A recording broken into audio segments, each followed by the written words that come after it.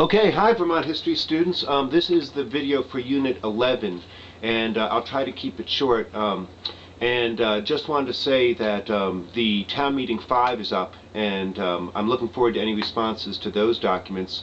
Town Meeting 4 I really should have given a bigger response to last week. I meant to, and I kind of forgot on the video, but it was a great town meeting.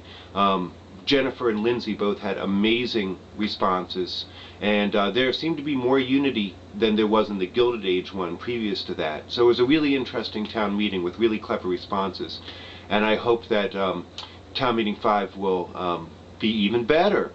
Also, I'd like to say that the responses to the discussion questions were fantastic this week. For Unit 10, that question about where does the conservation ethic and where does environmentalism start was just brilliant. Those were great responses, and very gratifying to me to see such intelligent thought go into them. So we're going to have one more. For Unit 11 we'll have a question, and then probably Unit 12 at the end of the semester. We'll just worry about final papers. On the question of final papers, come on, get them into me. At least I think 5 of you are on the verge of finishing. Evan, you only owe me 1 more paper, Evan, and the rest of you, by the end of this week, get me 2 more. Incompletes rarely get finished, and so please do finish your your work by the end of this week. Would be great. So that's that, but get in touch for any reason if I can help you. I really want you to finish, and that's for you, Brian and Jennifer, Lindsay, Pam. Want you all to finish up, for sure. This unit, number 11, has 2 parts, 2 sections, and the first one begins where Unit 10 left off. Act 250, coming on the heels of reapportionment of the State House, which cut down dramatically on the power of small towns to control politics in Vermont. Act 250 was a national landmark land use bill, really far-thinking and far-reaching, certainly for its era, and certainly has had its share of controversy since. It really speaks deeply, both practically and metaphorically, to the central problem that Vermont begins to experience experience more than ever in the first unit. The first section of this unit, which goes from about 1970 to the 1990s, and that's who owns Vermont. This is a question people asked a lot at the time. Who has the right to live here? Who can live here? With the interstate highways, Vermont is now within a day's drive of millions and millions of people, and it has the potential to be enormously overdeveloped and turn into New Jersey or Connecticut, which is not what either downhillers or uphillers want. But in the interest, the goal of keeping Vermont looking like Vermont, the means to do that is a lot of regulation. You can't do it without a lot of regulation. And I have some zoning maps in the images for Unit 11. I'd like you to have a look at those and just sort of think about what that means. What it means is that the old Vermont tradition of free thinking, free spirit, independent, I can do what I want with my land, don't tell me what to do, will not survive if Vermont becomes way overdeveloped and becomes like other places. But how can it survive also in an environment, a state in which everything is so highly regulated?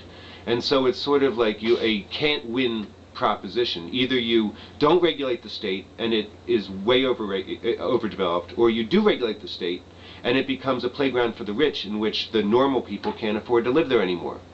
And this is the problem, and hopefully it's nicely summarized by Chapter 6 of Crossing to Safety. I know that it's just a piece of literature, but Wallace Stegner had a summer home on Lake Caspian in Greensboro, and this book is wonderful, but Chapter 6 tells the story of a Boston academic family with a summer home on a lake in Vermont, worried that a farmer had sold out to a developer who was going to build movie theater and a hotel and a restaurant and a bowling alley and then a young guy who's courting one of the daughters of the summer home owners shows up. Turns out he's fabulously rich, and in the interest of wanting to woo this woman and make her family like him, he offers the farmer twice as much for the land and then leaves it undeveloped. Which you think, of course, uphillers are hostile to outsiders and like things the way they are and don't like change and all that, but think about it. I mean, is the downhiller really serving the uphiller's interests?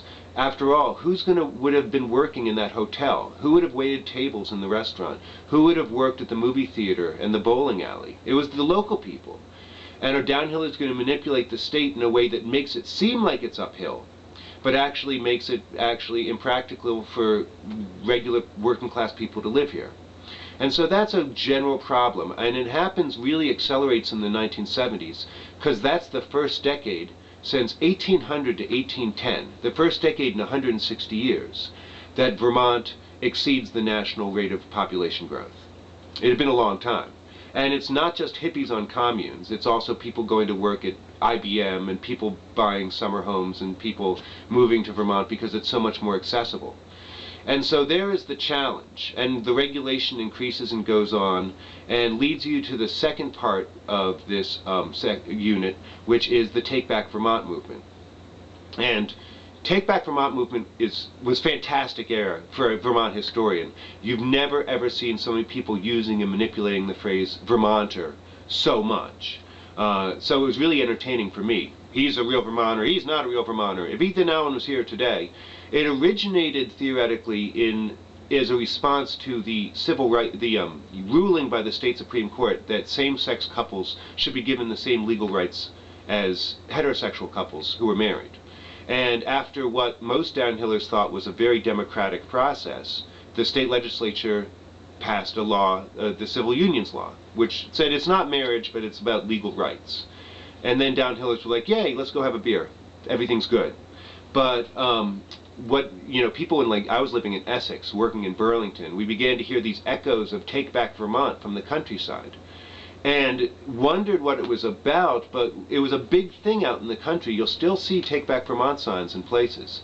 And it wasn't just about civil unions by any means. It was about 40, 50, whatever years of increasing regulation and increasing sense that working class people have no place in Vermont anymore. It was about educational funding, it was about land conservation, it was legal, it was about Act 250, it was cultural, it was a lot of things. And so what happened was that this movement manifested itself in politics, and it was a very entertaining period in Vermont political history, to say the least. And in the end, many downhillers misinterpreted this movement and thought it was just homophobia, which it wasn't. It was about a lot more than that. And so they were repelled by the movement, and uphillers had the wrong strategy, in my opinion. By saying Take Back Vermont, they're only talking to each other. And when are you going to take it back to? Downhillers have always been in Vermont. What they should have been saying was to downhillers, share Vermont, share it with us, and make it possible for us to live here. But they only spoke to themselves because they don't see the big picture. And downhillers don't understand uphillers, so they misinterpreted what was going on.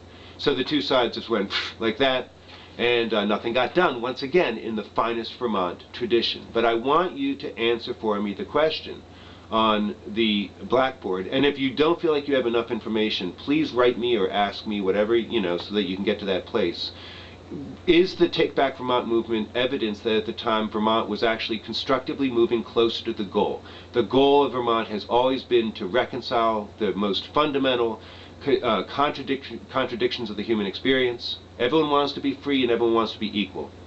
And did the Take Back Vermont movement and the downhiller response to it, was that a really constructive movement on both parts towards reconciling freedom and unity? Or was it one of those periods where Vermont just completely found that goal to be entirely elusive and moved farther away from it than ever before? And that's what I'm interested in hearing you say. And please write me for any reason as we finish up the semester, and get in those papers so I can give you your final grades. I really want you to finish. Get in touch. Okay.